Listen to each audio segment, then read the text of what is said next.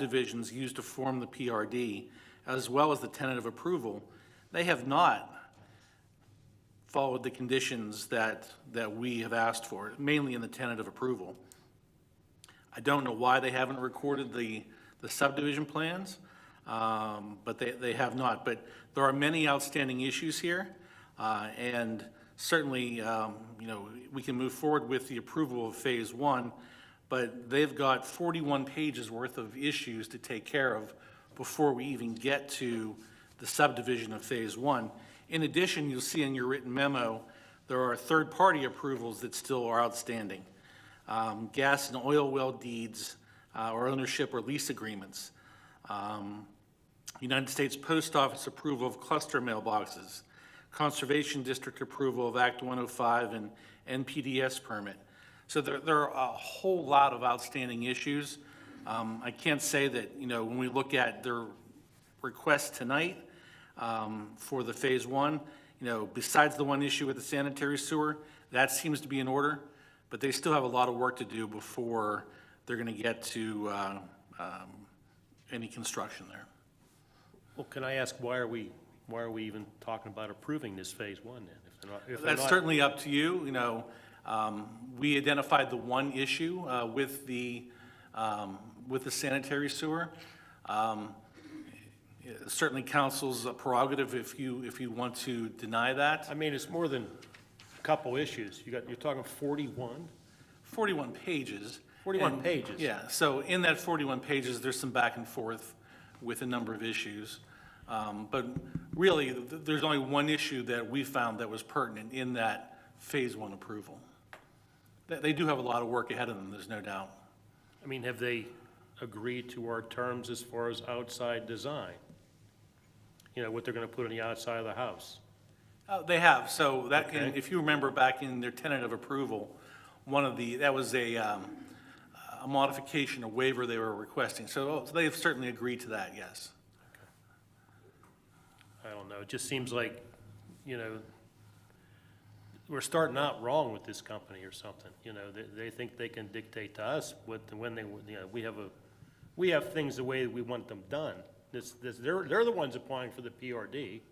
Certainly. We didn't make them do that. They came to us with that. So the 41-page report is the abridged report. So the unabridged report is about 70 pages. So they've taken care of 30 pages of issues. But I just want to impress upon you that there are a large number of issues that need to be addressed. I'm impressed. I'm worried about it because I think we start out wrong. How are we going to end up? Sorry, I just, once bitten, twice shy, and I'm very shy. No, but they have that list that they need to work through. I'll raise my hand like in school. Yes. There we go.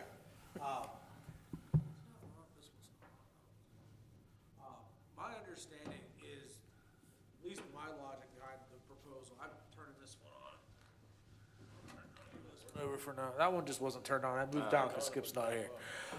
My thought process is on it, from reading the way it's written, is that we're identifying the sewer is a major issue, but there's a whole list of like 6 or 7 other different ones.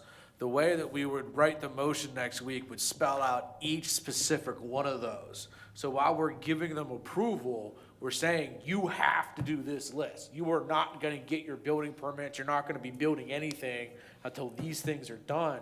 And it's kind of a way of making sure they're bound to do those things. So that can't be ignored. Like the sewer project, you see in the agenda packet, there's like 6 or 7 items that will be listed on there. So it's not just giving them a rubber stamp to say, yeah, you get to do whatever you want. It's saying, no, we'll give you final approval, but you got to do these 7. So it's kind of, forcing their hand of this needs to be done this way. Doesn't mean we have to vote, yes yet, No. but that's the thought behind it. Are the 7 items the bulk of the 41 pages of remaining problems? I believe so. So those 7 items are only third-party approvals that are listed in your packet. Mm-hmm. So most of these items go back to the tentative approval. We passed a resolution in September, council did. It was a 20-some page document, findings of facts, and conclusions of council, and we listed things such as how the houses appear, the barrier for a walkway, I mean, there are numerous things, and Ryan, you're absolutely right. Any motion that council would entertain on this would have to include all those items.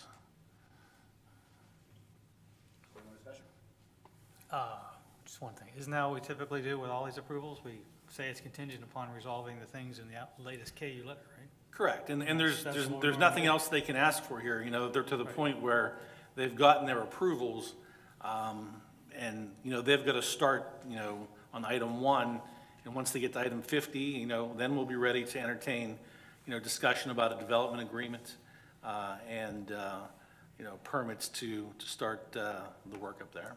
So they may have more issues, but this isn't anything out of the ordinary. That's one. No. Okay, agenda item. Item number 2 this evening is an application from the, Forgot again. Item number 2 is an application from the Allegheny County Vacant Property Program. We have done this a number of different times over the years. This is a program where it was sponsored by the county to get vacant property, abandoned property back on the tax rolls. The application is for property adjacent to 4633 Sardis Road, and the entire application is in your agenda packets. This is pretty much a housekeeping matter that we do every time when we get the applications. The county manages this process for us. Okay, agenda item. Item number 3 is the 2023, sorry, give me 1 second. Record retention resolution. These are the documents under the Records Retention Act that the borough is permitted to destroy specific to years. Different types of documents have different requirements for the years that they must be maintained. We do this every year. Staff pulls all the files to be destroyed. We have a shredded truck that comes on site and shreds everything. But council must adopt a resolution before the records can be destroyed. It's also probably worth noting, too, that all of these records still exist, well, I shouldn't say all of them. The overwhelming majority of them still exist electronically. This is just the paper copies. All right, agenda item. Item number 4 is a proposal that we have from Carrie Del Rosso for marketing and PR services. As I mentioned in the manager's report, staff has taken a look at the proposal, and we've come up with a number of different items that we feel her services could be useful and beneficial to both the staff and to the borough. The first one would be the business outreach for our Act 101 Recycling Performance Grant. We really need to make more of a concerted effort on getting the businesses involved in our recycling program. The businesses are recycling. It's not that they're not recycling. It's just that we're not capturing a lot of that information and a lot of their quantities, which would help us in our performance grant if we were able to capture that. The second thing is for our grant support lobbying efforts for a number of different rather large applications that we have in or will be putting in this year. We have a greenways application. We have we're proposing to put in a multimodal application. We have a GEDTF application, and we have about $2.5 million in RACV funds that we have to have appropriated before November of 2023. So it would be very helpful to have someone who can help lobby on behalf of the borough to get those, especially those grant funds released. And in total, we're talking a couple $1 million, several $1 million from all these applications.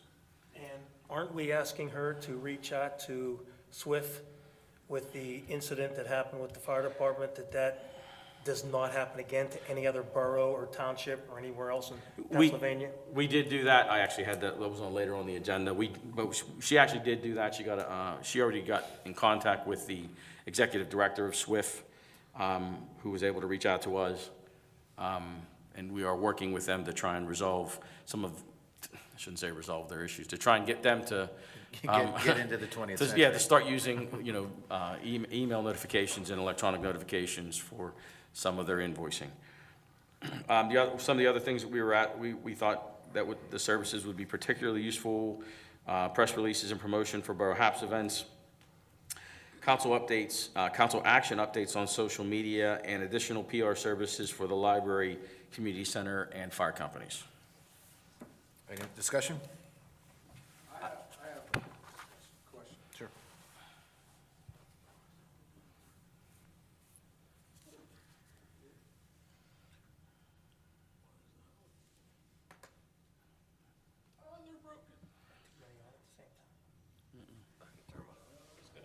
Oh, now it wants to work. Go ahead.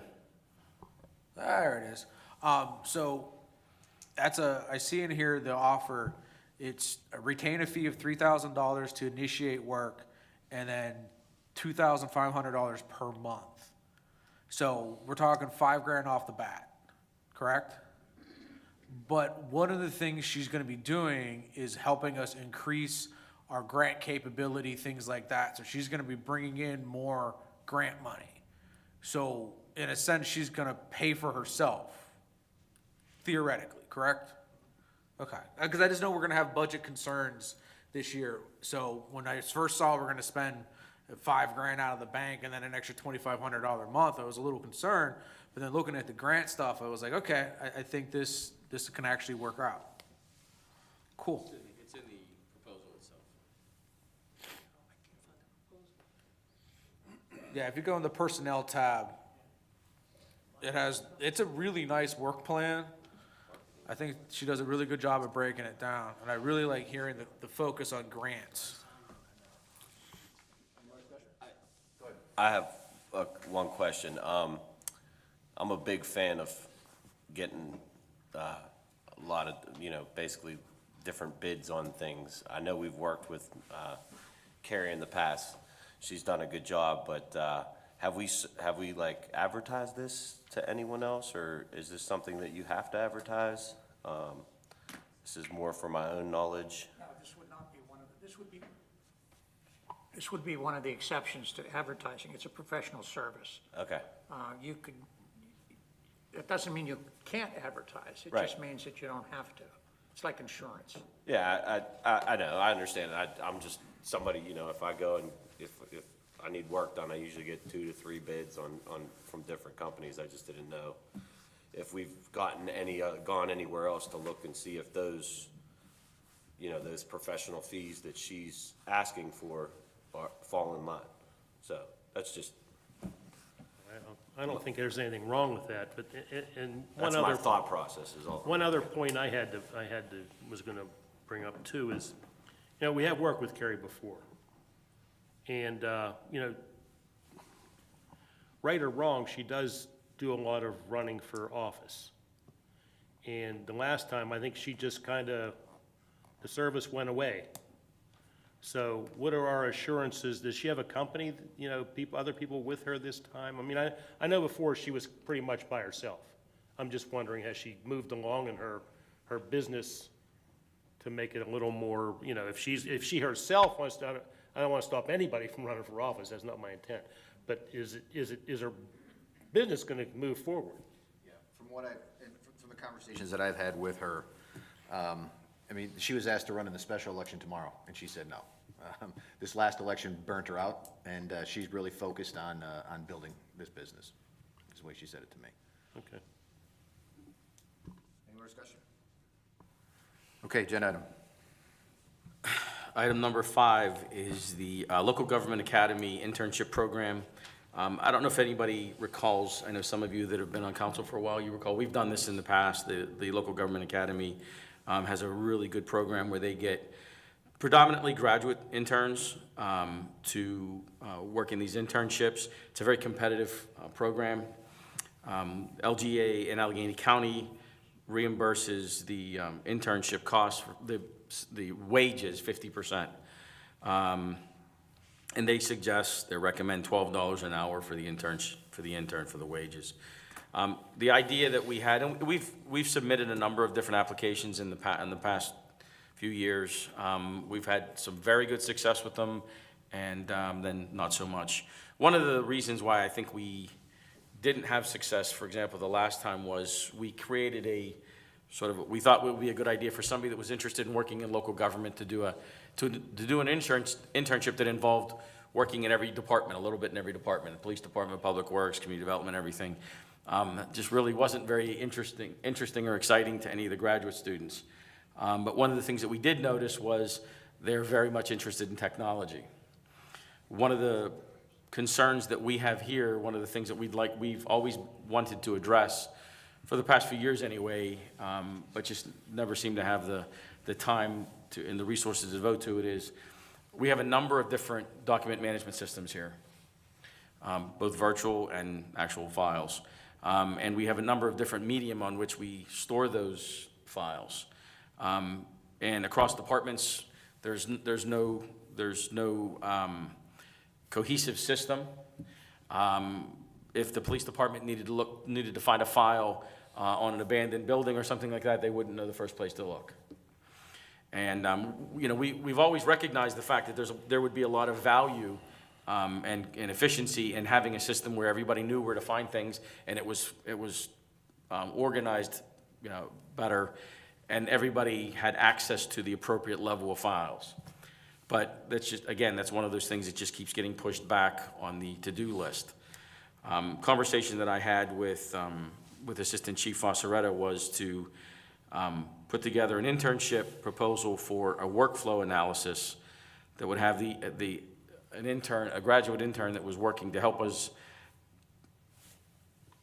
get their hands involved in our filing system, all the different software programs that we're utilizing. Maybe there's other programs that are out there that are better that we're not even aware of, and then help us to design the new system, the new filing system, so that we could have one cohesive filing system where everybody knew where to find things that they need to have access to, and also that we're wasting some money on some redundant software that we don't need. But again, we just don't have the staffing to have somebody spend a whole lot of time, the right amount of time to do this.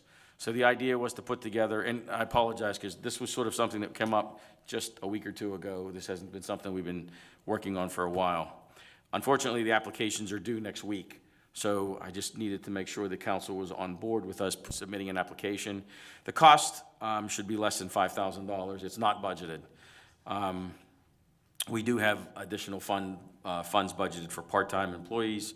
I don't think that, quite honestly, the cost will probably be less than $3,000, but I ballparked it a little high. But at this point, all I'm asking is if you guys are interested in allowing us to pursue the grant application. Discussion? Yeah, I'm interested in, because I know they helped. I'm not even sure Dave was here yet when we did the initial GIS, you know, documenting of the sewer systems and all the storm drains when all that government stuff came out. And I think they had a couple interns at that time that came in and did that work. You're from Penn State, right? Penn State, New I think Kent? it might have been the engineering program. What? Oh, serious? Well, it wasn't, but okay. They were from Pitt.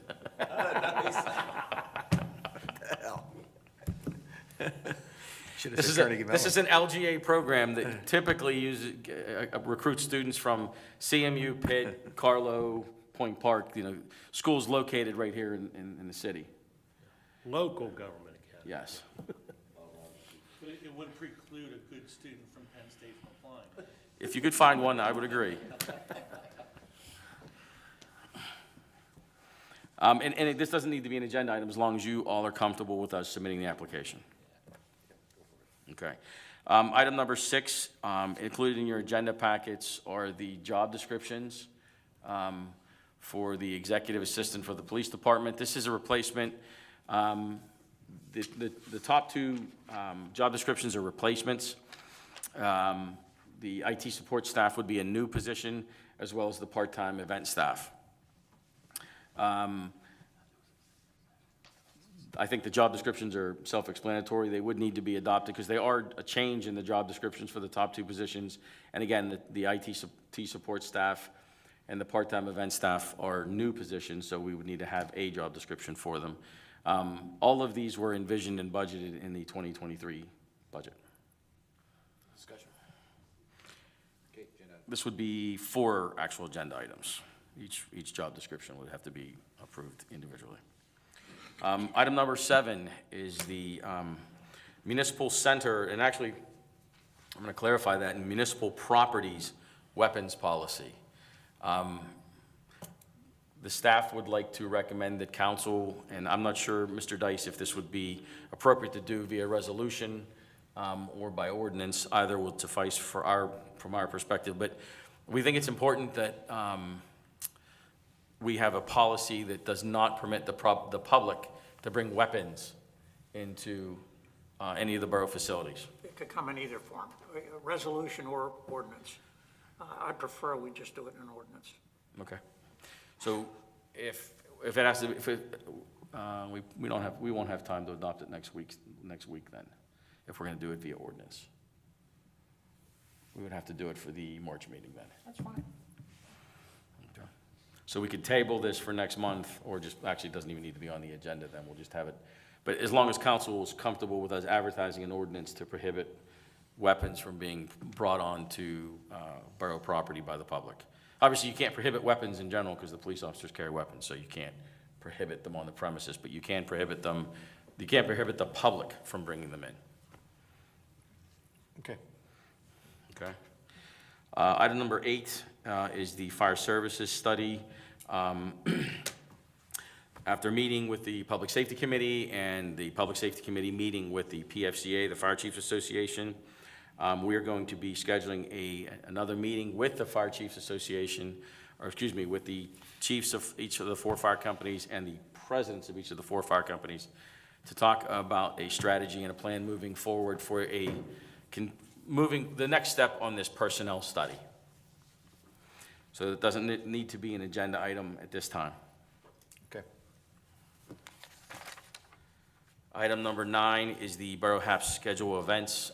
We do this every year. We present the schedule of Borough HAPS programs for the entire year for you to approve. That way we don't have to keep doing them one-off each month. If anybody has any, I would note that there are some additional programs proposed, and I apologize, the report is not in here. Oh, sorry, yes it is. I was looking on the wrong tab. We do have some are proposing some new events for 2023. And if there are other events that council would like to propose, we certainly would love to hear about them. The one thing that I noticed is I see we're gonna do some movies in the park at the new amphitheater. But when you say amphitheater, I think music. And you know, we have talked about music and arts festival kind of thing. I don't know, with the amphitheater not even being built yet, if that's something we could pull off this year. But I think we could still do something musical at least a couple times. I mean, it's not that hard to find a band and play a little bit. You know, I can even help with the talent search if you guys need some assistance with that. So we do plan to have the amphitheater up and running by June 1st. That's the target date that the contractor has.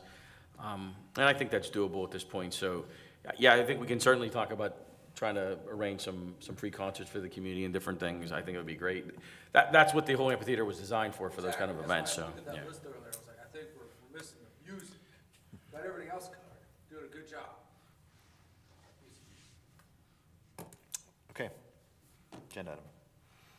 Okay, item number 10 is a request from the Plum Boro, the PBSA, as well as subsequent to that, the Soccer Association, for the borough to provide portable AEDs. Included in your agenda packet is a communication between myself and Mr. Devine from the PBSA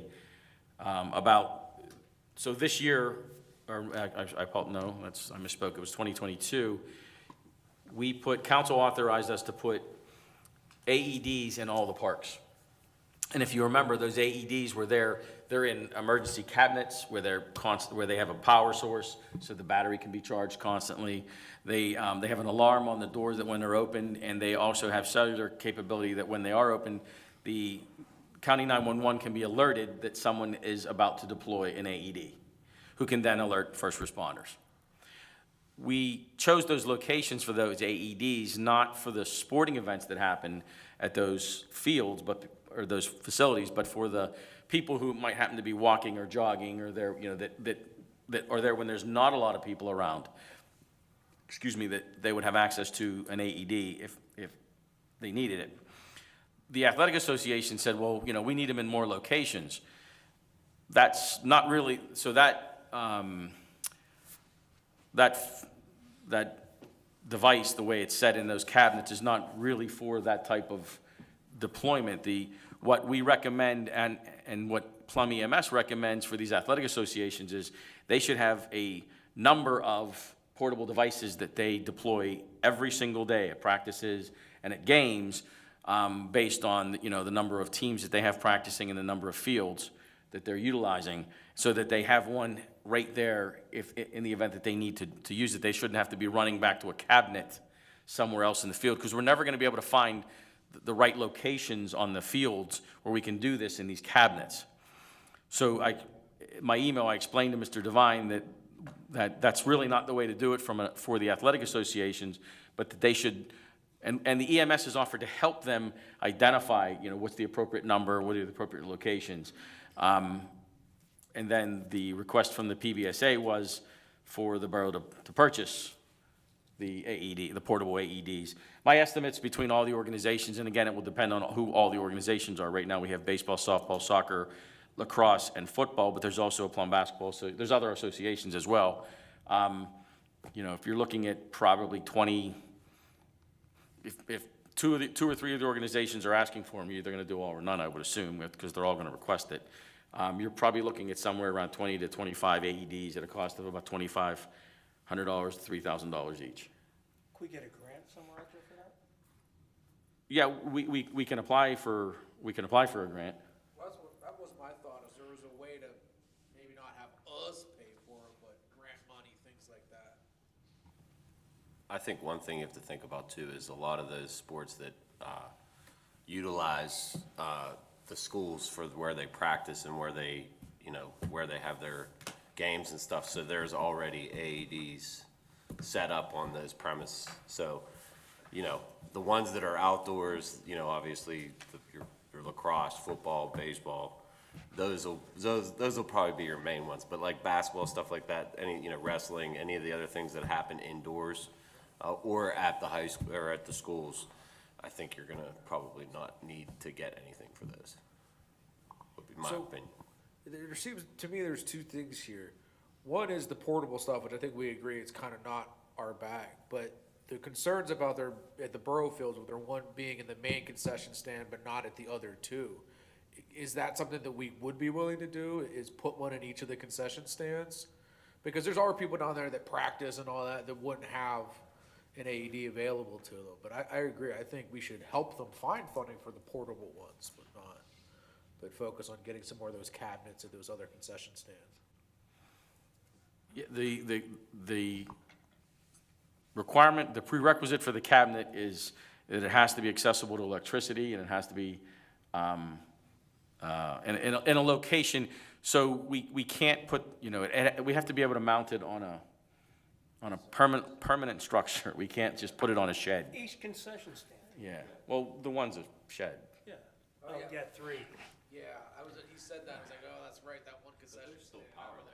Well, there's definitely power there, but I don't know that but we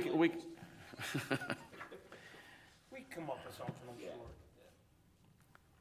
So I would just like to, I don't know that this needs to be, again, maybe this doesn't need to be an agenda item, but I would just like to get back to the PBSA and now soccer and say, okay, here's where we're heading with this right now. So it sounds like we're gonna look at maybe a possible few other locations, and then we're gonna pursue maybe getting a grant for a number of portables to be distributed amongst all the groups.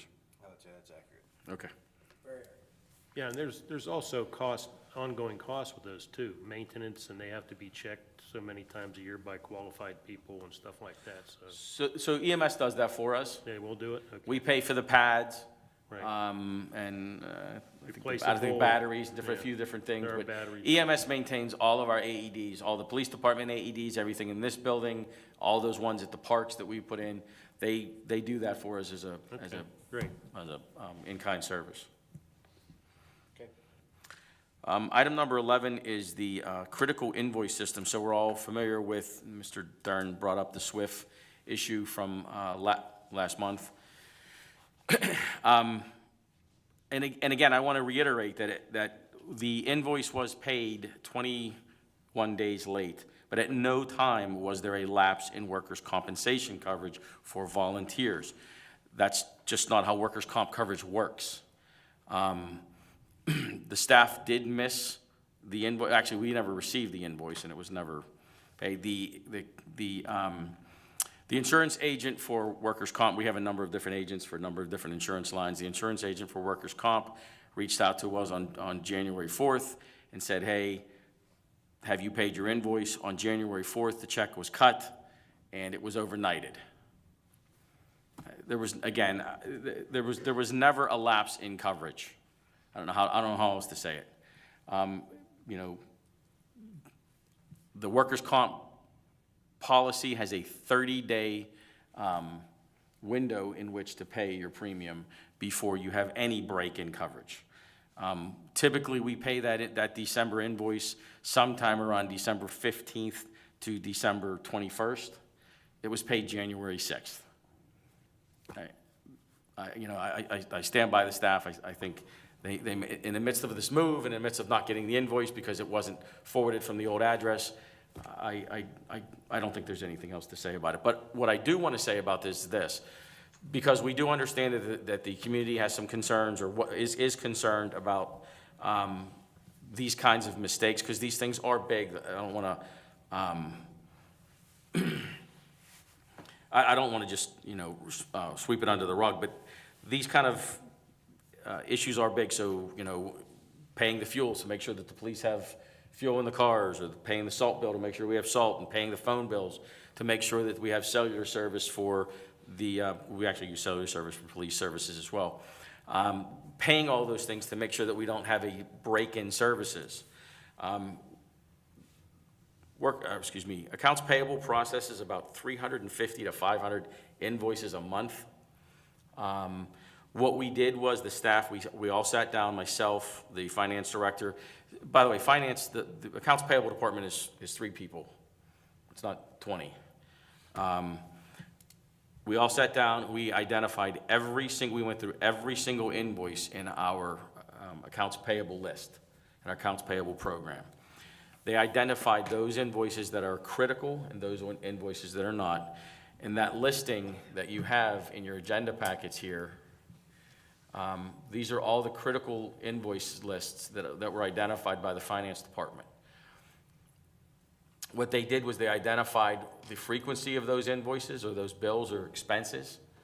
And then the next step will be to create a system where as the invoice comes in, as the invoice is paid and mailed out, there's a check on whether we stay within this is in a Microsoft Excel spreadsheet at this point. But we may be looking at a different, maybe we look at Microsoft Access or JotForm or some other software that we already have. But at this point, it's looking like we're going to stay with the Microsoft Excel so that every invoice will be checked off when it's received, paid, and mailed, so that we can document, and that it's color-coded that if an invoice is missed, it's very apparent every month by the time, and we pay bills, we will pay all of our bills next week. So once a month, the staff can review, the finance staff will review to see if there's any outstanding invoices that were missed. If I may, Mike, there's one thing I think that needs to be pointed out with this whole situation also, is that even if we wanted to, we couldn't go online and make a payment for our workers' comp insurance with SWIFT, the State Insurance Fund. And we are spearheading now that communication and that process with the state going forward to try at least to bring them up to 1989 qualifications or abilities. It's absolute insanity that you can't do that. What happened in Plum was not an isolated incident. It happened recently in West Deer. It happened out in South Fayette near Johnstown. It's happened in several communities up in northeastern Pennsylvania. And it's all, goes back to the main culprit here, and that was the billing process of the State and Workmen's Insurance Fund. And we are going to take the lead in making sure that they get up to, like I said, at least into 1989 technology capabilities. But with that said, we're good to go. Is this, doesn't need to be agenda? There's no right? agenda item. I just wanted council to be aware that we were taking this seriously, that we were taking additional steps.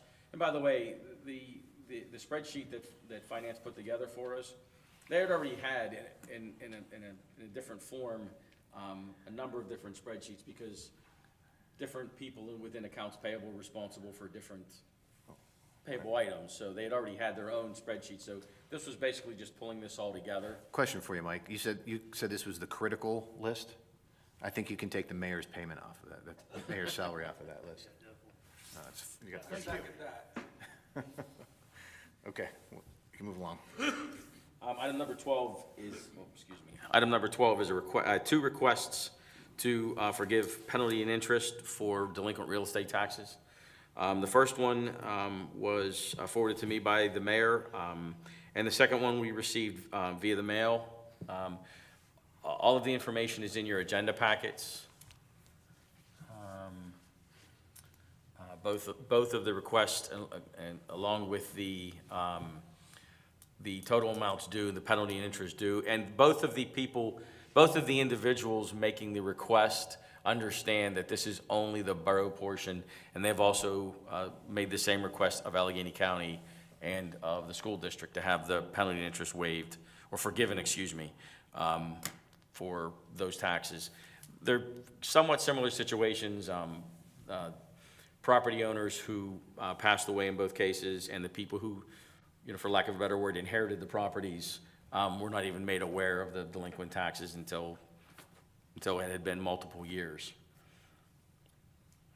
But it would be for council to make motion, if you're so inclined, for both of these individuals in separate motions to forgive the borough portion of the penalty and interest. Any discussion? Okay, agenda item for both. Okay, item number 13 is the 2023 paving bids.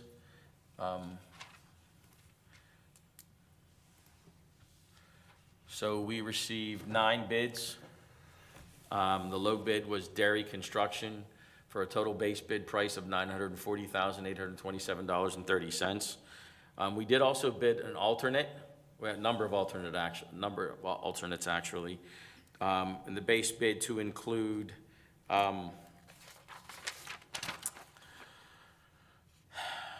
Allegheny Avenue and Jane Street. And their base bid for that, for the additional expense, was $135,000.15. So the recommendation is to award the base bid to Dairy for the $940,827.30. And then if it's council's pleasure to, and it is the recommendation of the staff and the engineer to accept alternate 1 for the additional cost for the paving of Allegheny Avenue and Jane Street. Discussion? Okay, agenda item. Item number 14 is the 2023 disposition list. As you know, each year, staff provides you a list of the vehicles and equipment that are proposed for disposition. It simply just means that we're selling them or trading them in on new equipment. This year's equipment is total value of about $40,000 worth of equipment, 3 police vehicles that would be traded in on new police vehicles, 2 pickup trucks, and a number of different pieces of equipment, miscellaneous pieces of construction equipment. So once council authorizes the disposition, then we will put all of the trucks and equipment on the municipal auction sites.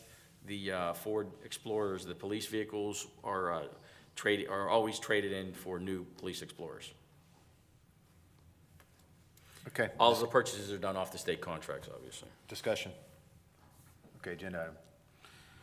Item number 15 is the National League of Cities Service Line Protection Program. So we put in your agenda packets an awful lot of information from the NLC's service line program.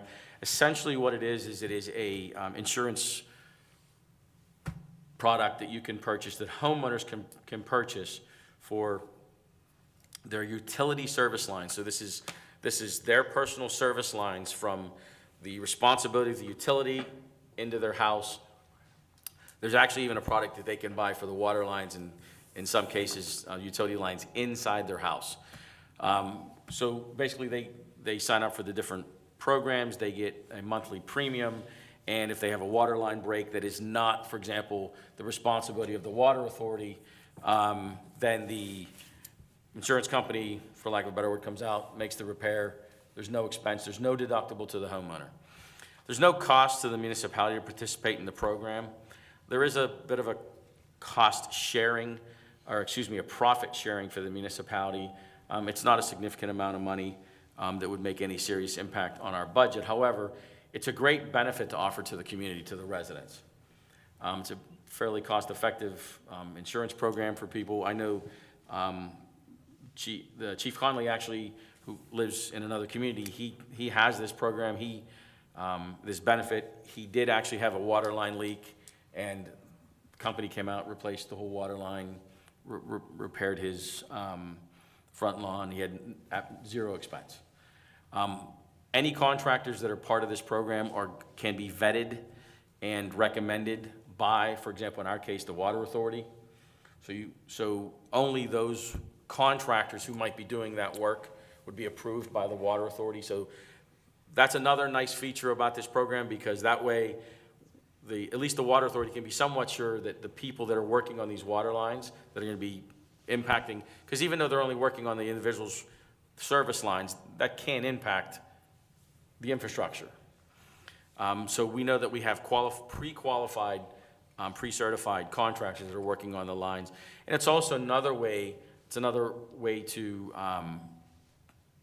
have more, to reach out to the residents with respect to some of these issues, and an opportunity to educate the residents on some of these issues with respect to their utilities. Sounds like a great thing to me. Now, is this Duquesne Light is also, they have a charge for their service. There's a Each charge for this individual, too. okay. Is it a comparative So- price, or what is it? 'Cause I'm- So it's a menu that you can purchase from. So like, for example, there's water line service, there's sewer line service, there's interior water supply lines, interior sewer supply lines. So there's a service that you can get if your commode is stuffed up, they'll come out and unclog your, Dave, I'm trying to remember, was it about $7 per line per month, something around that range, $7.50? $5.70. Yeah, Five, it's in there. $5.75 for the external water line, $7.75 for the external sewer line, and $9.99 for in-home plumbing. And I think that's both, like water and sewer. Any more discussion? Well, what we're doing is we're okaying them using the borough to go ahead and try and get these. Well, there's People a signed number of up. things we have to do. There's a resolution in there, there's an agreement, a service agreement that we have to sign with the National League of Cities. And this is a third party that works with the National League of Cities to administer the program. But there's a number of steps that we'll have to take next week if you're interested in participating in this program. And then they do all the outreach. The company does all, the National League of Cities company does all the outreach. They do all of the Administrative work. administration, they do all the billing. This is just an opportunity for us to make a benefit available to the residents. There is some opportunities for some outreach and education as well. I think it's good, because, we're, just as an example, the gas company's been on my road ever since the initial cold snap we had in December. Our gas lines, not mine, thank God, froze.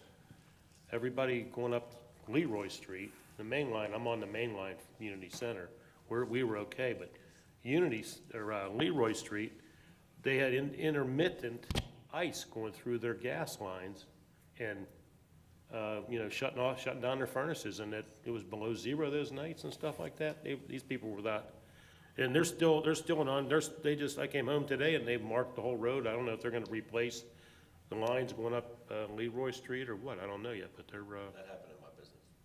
Yeah. Gas just stopped. They put a thing in my front yard to bleed it. Yeah. They come every day and bleed the line. They don't always get water. Moisture will get in and it'll flash, and that's what happened. That's what happened, The yeah. line's up, I've never in my life heard of water in a Listen, gas line. I didn't think that could happen either No. until it shut down Like nothing would work, all of our. equipment Shuts it stopped right working. down, yeah. Pilots wouldn't stay lit, yeah, it was, we just shut down, but yeah, Well- that happens. Well, this NLC sounds like a great opportunity for the residents. I'll certainly be looking at it closely. So I got one concern about it. When they market it, I'd be concerned if the residents think this is something coming from the municipal authority that they have to buy, be the first concern, that the borough is, requiring them to buy. And the second concern is that people who have already purchased the gas line from Peoples or Duquesne Light, because they all offer them, they come like, I get one once a month from everybody, that they understand that this is like replacement for that, and they're not like buying two of these things, because I'm sure the Peoples and the other places they're not gonna tell them that, they're just gonna sell them more stuff. They may even say in their stuff that, you have to buy it from the gas company if you want it done right or something like that. So I would like to see how they I think in there. market this and make sure it's very clear that this is not a required thing, it's an addition, so as long as they got that stuff in there. So they have, in their packet, they have, All these different like flyers. they have the letter and flyer and everything that they send out to everybody. They're in the, It's the NLC service, and there's the different flyers and stuff. yeah, and there's a full presentation and there's a full PowerPoint presentation in your addenda packets with all the slides there. If you'd like to take a look at that explains a lot of this. Dave and I sat through a Teams meeting and got the whole presentation. So we spent, an hour or two with them going over a lot of this, so we're obviously a lot more familiar with it, but there's a whole lot of marketing that goes on from the NLC's perspective to make sure that the residents understand what the service is. I do want to clarify, though, this is water and sewer, not gas. Okay, agenda item. Finally, item 16 this evening is the console right-of-way variances, and I just want to clarify that variance in this instance is PennDOT's word for written approval for something. It's not a variance in the zoning sense, right? So as Consul is preparing to install the water line that is part of the acid mine mitigation project down the street here, because they have an NPDES discharge permit for the Allegheny River now, they're working on getting the easements and rights-of-way for the line itself.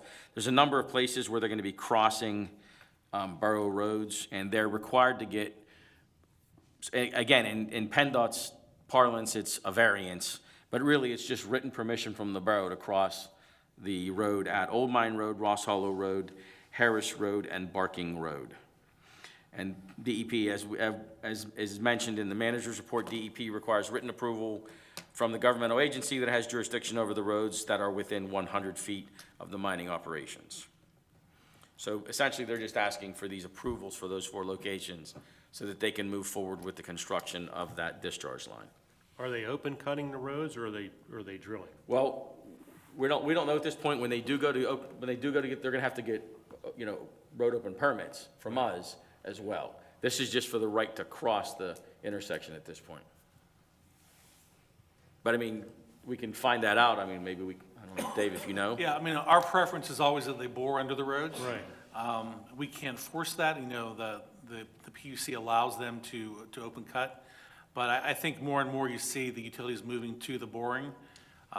It's certainly, hopefully much more cost effective for them. And from our standpoint, a maintenance standpoint, if they open cut, then they have to pave back and seal that seal over time starts to wear away. So, when we talk to them, our preference certainly is boring. Okay. Any more discussion? Okay, agenda item. And that does bring us to the end of the agenda, unless there's anything else, Mike. Nope, that is all I have. Public comment. We'll open it up to public comment, if anybody has anything they'd like to add for the betterment of the borough. Okay, seeing none, we are adjourned. Wait, thank you. Oh, I'm sorry, sir, yes. I'm sorry. I don't have those hearing things that you said, so I didn't hear what you were saying. Most people I could hear, except for Dan, you're sitting way back too far away from me. Sorry. I had to have my hearing aids turned up because I just came from the hospital. I had to be able to listen to the doctors, what they were saying. Do you have available those hearing aids? We do. We talked about it? Yes, we do. Okay, I'll be up next week.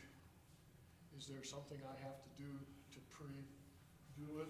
Like out in Lower Borough, I had to show up 15 minutes early so they could fit me for it. No, it's just a simple, they're in the cabinet here, it's just a simple device that you hold and has a piece that goes over your ear. Okay, won't interfere with my hearing aids? I don't know that. It does have a volume control on it that you can control the volume up and down to make it more comfortable for you, but I would not be able to, I don't know if it would interfere with a hearing aid or not. Nobody's ever tried it? You can, well, nobody's tried them that has a hearing aid. But we have tested them, they work. I'll try them, I got hearing aids. Okay. Thank you very much. I'll see you next week. You got it, thank you. Anybody else? Okay then. Okay, we are adjourned. Thank you, guys.